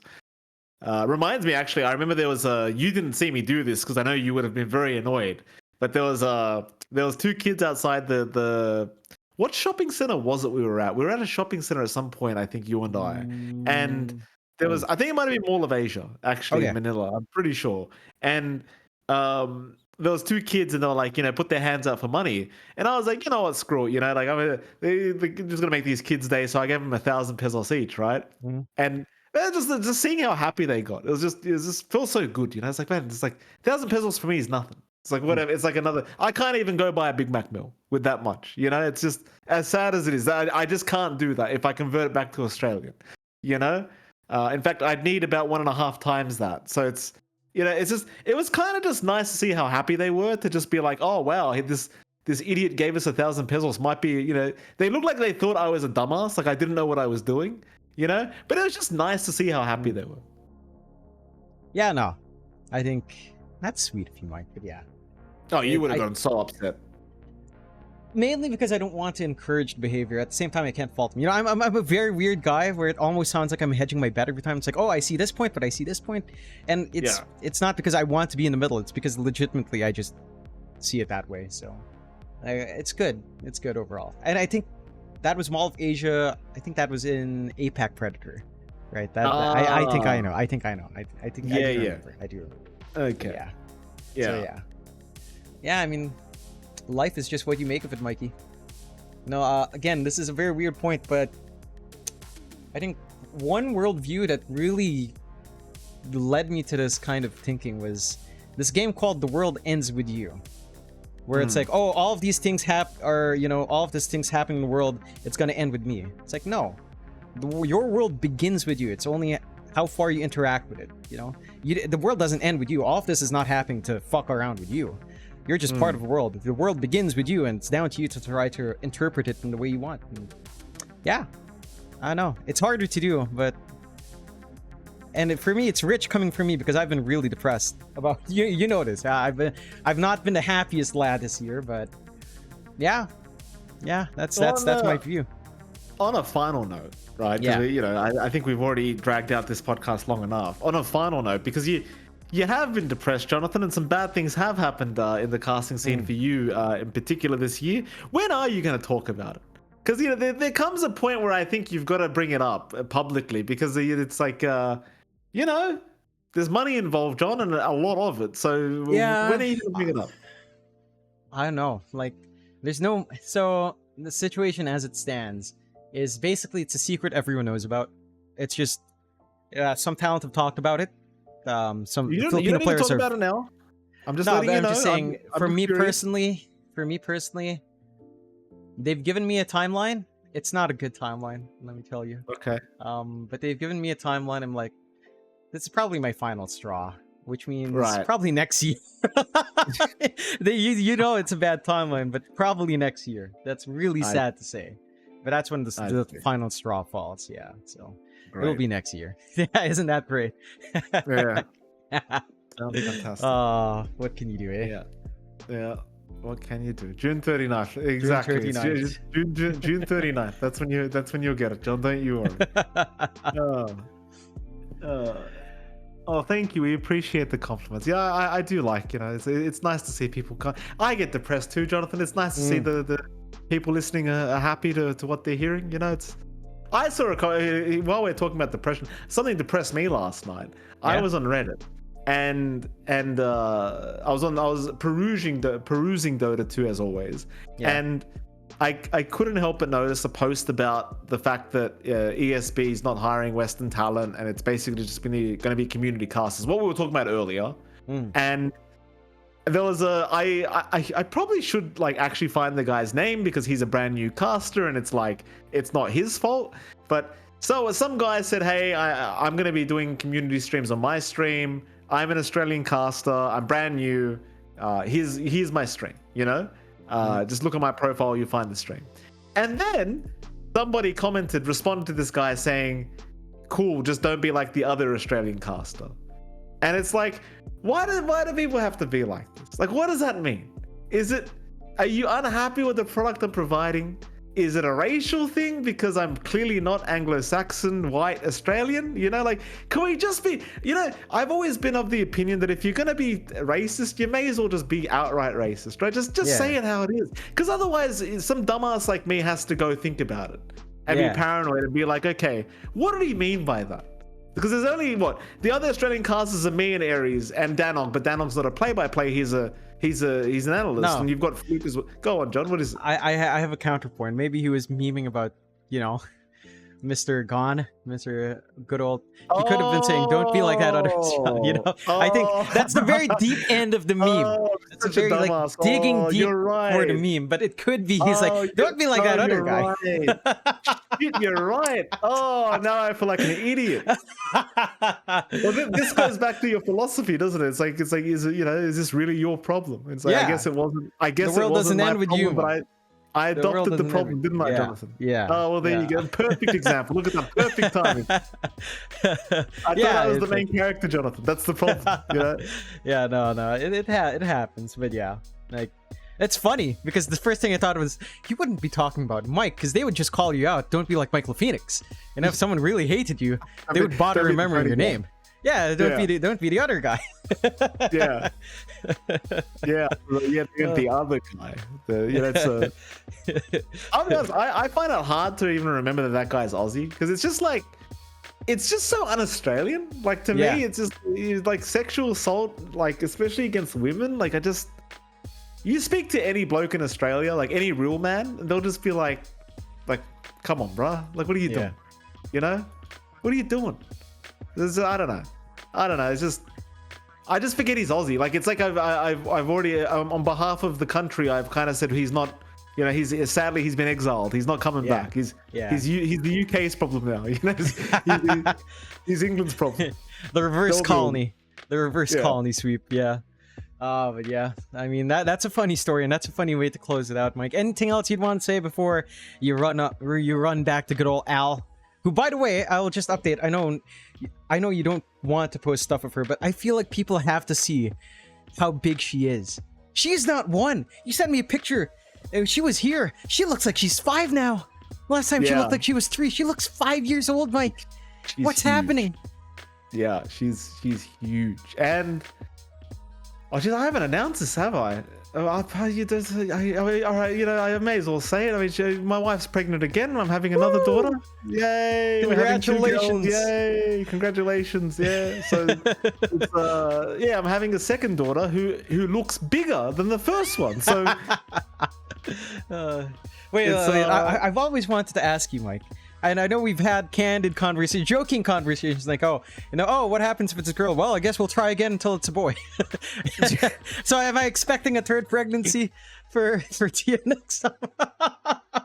That's the thing. Like, as soon because we just did a gender reveal a week ago, and as soon as it came out, it was a girl. I'm gonna call my wife out. She was very upset. She was that. You know those classic people you see on like YouTube shorts and TikTok, and they're just like, you see the pink color come out, and the dad just throws his hat on the ground, and he's like, F this and whatever else. That was basically her, and I just couldn't. I was like, what's wrong with you? Now, I like having daughters, so I was very happy because good daughters, they take care of their dad, right? Like, who gives a crap about having a son? I'd rather have daughters. I'm more, it's easier for me to deal with girls than it is to deal with another man, right? So it's. I was happy, but the wife, she was horribly toxic about it. Horribly toxic. Thankfully, I have recorded everything, and I will be showing my daughter in the future how her mum reacted upon hearing that it was a girl. So it should be very, very fun. Oh, that's such good news, Mikey. I can't imagine 2 Alteas, 1 Al and 1 bigger Al. I cannot. Bro, I just can't. Oh my goodness. Dude. Yeah, they're good. This kid's gonna be big. It's like, I'm telling you, I'm starting like a rugby, like a female rugby squad. I got one coming. Trust me, it's happened. You know what, Mike? With your luck, if you guys keep trying for a son, I think you'll hit 5. You'll have enough for a pro team, a Dota team. Knowing your luck, fingers crossed. Hopefully not, but knowing your luck, Mikey, you never know. You might be destined for 5. Oh, goodness. On that note, I gotta say, it's fucking, it's I guess on an ending note, if you're thinking about, if you're someone out there that's currently thinking with your partner, maybe we should have kids, and you're contemplating whether it's worth it or not, or maybe it's a little bit scary because you can't afford shit and whatever else, it is probably the most worth it thing I've ever done. Like having kids. I can't believe I'm ever saying that, because if you asked me 10 years ago, I would have told you I never want kids. But it is probably the most like beautiful experience that I'll ever go through. I would really, even if you can't afford it, I would say do it. It's really that, like, I don't think you should miss out. It's really life-changing. So I would recommend it if you can do it. Yeah, it changes you, you know, and it's been nice seeing it. Honestly, it's been kind of cool watching you grow as a dad, Mikey, just a little bit every time. You know, it's kind of cute. So congratulations, Mikey, and thank you for taking the time for coming back for another episode of John X Mike podcast. Thank you everyone for tuning in, everyone of you guys on chat, and for you guys on YouTube or Spotify listening in. Thank you again for wasting your time to pay attention to two idiots talking about nothing. It's John and Mike. We'll catch you all next time around. See you guys.